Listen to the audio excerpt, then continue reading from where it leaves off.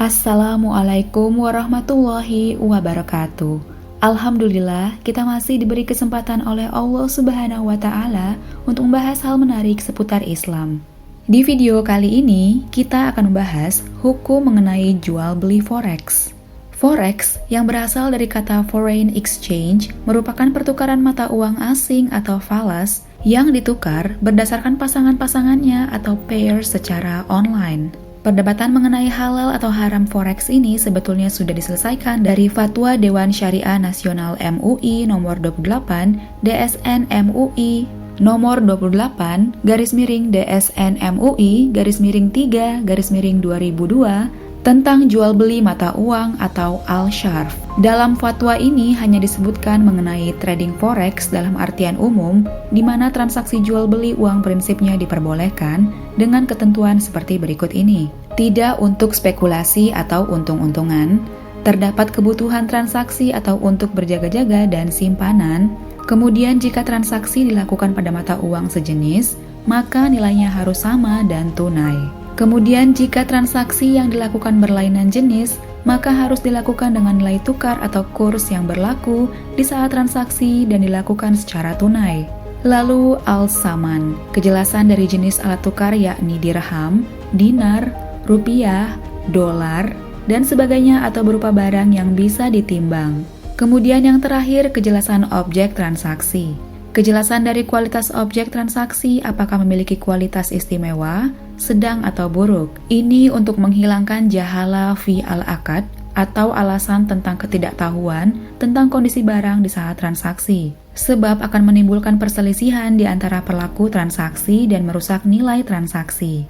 MUI memberikan fatwa jika transaksi jual beli mata uang diperbolehkan jika tidak dilakukan untuk spekulasi. Ini mengartikan jika transaksi jual beli mata uang akan berubah hukumnya menjadi haram jika dilakukan atas dasar spekulasi sebab masuk ke dalam jenis judi. MUI juga memberikan fatwa jika ini diperbolehkan apabila terdapat kebutuhan transaksi atau untuk simpanan. Ini mengartikan jika kebutuhan transaksi muamalah seperti traveling, membayar hutang pada orang asing dan sebagainya, bukan dilakukan karena sengaja mencari keuntungan dari perubahan nilai kurs tersebut. Mudorotnya, jika jual beli mata uang yang dilakukan hanya untuk mencari keuntungan, maka hukumnya adalah haram. Namun demikian, trading forex yang dilakukan selalu memiliki tujuan untuk mencari keuntungan dari perubahan nilai mata uang tersebut dan tidak pernah bertujuan untuk simpanan.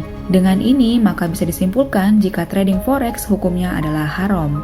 Terdapat beberapa persyaratan dalam Islam yang berhubungan dengan masalah transaksi falas, di antaranya adalah: yang pertama, terdapat ijab qabul. Transaksi falas harus dilakukan dengan adanya ijab qabul, yaitu perjanjian memberi dan juga menerima. Penjual harus menyerahkan barang dan pembeli juga harus membayarnya dengan tunai, dan ijab qabul bisa dilakukan dengan cara lisan, utusan, ataupun tulisan. Pembeli dan penjual juga memiliki hak penuh untuk melaksanakan dan melakukan segala tindakan hukum, yaitu dewasa dan berpikiran yang sehat. Yang kedua, memenuhi syarat transaksi jual beli. Transaksi falas yang dilakukan juga harus memenuhi syarat yang dijadikan objek transaksi jual beli. Barang tersebut harus merupakan barang suci dan bukan barang yang najis, serta bisa memberikan manfaat. Bisa diserah terimakan dan bisa dijual atau dibeli oleh pemiliknya atau kuasa atau izin pemiliknya.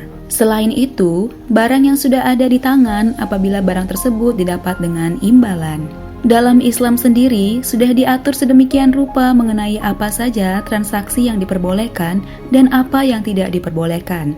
Beberapa transaksi yang diharamkan dalam arti mengandung unsur riba, gharar, rishwah, maizir, maksiat, dan kezaliman diantaranya adalah: yang pertama adalah bai al-ma'dum, melakukan penjualan atas barang atau efek syariah yang belum dimiliki atau short selling. Yang kedua, najshi, yaitu memberikan atau melakukan penawaran palsu. Yang ketiga, insider trading, menggunakan informasi dari orang dalam yang dilakukan untuk mendapatkan keuntungan dari sebuah transaksi yang dilarang. Yang keempat, memberikan informasi yang menyesatkan. Yang kelima, margin trading, melakukan transaksi dengan efek syariah dan fasilitas pinjaman berbunga atas kewajiban penyelesaian efek syariah itu. Yang keenam, ihtikar atau penimbunan. Melakukan pembelian atau mengumpulkan sebuah efek syariah sehingga menyebabkan harga efek syariah dengan memiliki tujuan untuk mempengaruhi pihak lain. Dalil tentang jual beli juga tertuang dalam hadis Muslim dan Abu Sa'id Al-Khudri. Rasulullah SAW bersabda, jika dalam jual beli selayaknya dilakukan dengan nilai yang sama dan tidak ditambahkan sebagian. Dengan kata lain, nilai jual tidak boleh melebihi dari nilai barang tersebut.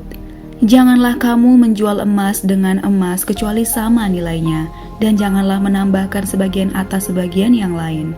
Janganlah menjual perak dengan perak kecuali sama nilainya, dan janganlah menambahkan sebagian atas sebagian yang lain. Dan janganlah menjual emas dan perak tersebut yang tidak tunai dengan yang tunai. Demikian ulasan mengenai hukum jual beli forex dalam Islam. Dengan ulasan ini, semoga bisa memberikan banyak manfaat dan bisa menjalankan bisnis tanpa unsur spekulasi.